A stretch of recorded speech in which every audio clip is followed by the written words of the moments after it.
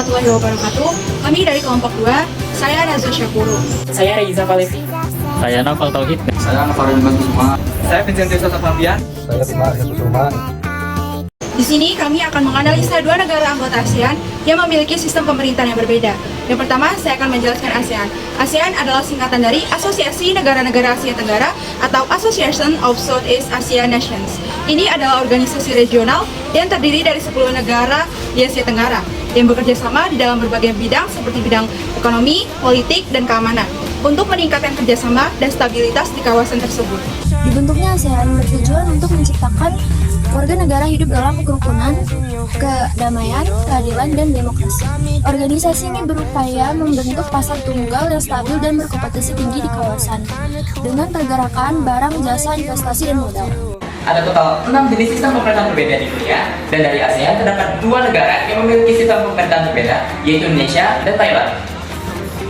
Indonesia mengandung sistem pemerintahan Republik Presidensial, sedangkan Thailand mengandung sistem pemerintahan monarki konstitusional. Sistem pemerintahan di Indonesia adalah Republik Presidensial. Sistem pemerintahan Republik di Indonesia adalah menaruh kekuasaan utamanya di tangan seorang presiden dari lembaga eksekutif yang dipilih langsung oleh rakyat melalui kegiatan pemilihan umum atau pemilu di dalam sistem pemerintahan presidensial.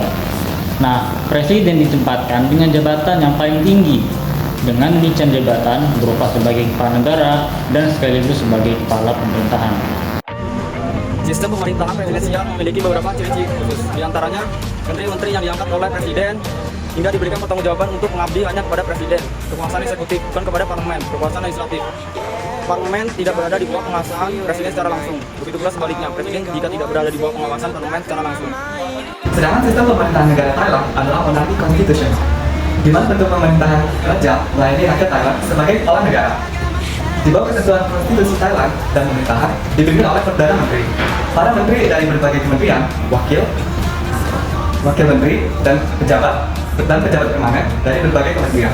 Ciri dari sistem pemerintahan monarki konstitusional yaitu jabatan kepala negara berlangsung seumur hidup, pemilihan kepala negara berdasarkan pada keturunan, jabatan kepala pemerintahan memiliki jangka waktu tertentu yang menyesuaikan dengan peraturan negara. Pemilihan kepala pemerintahan didasarkan pada ketentuan negara.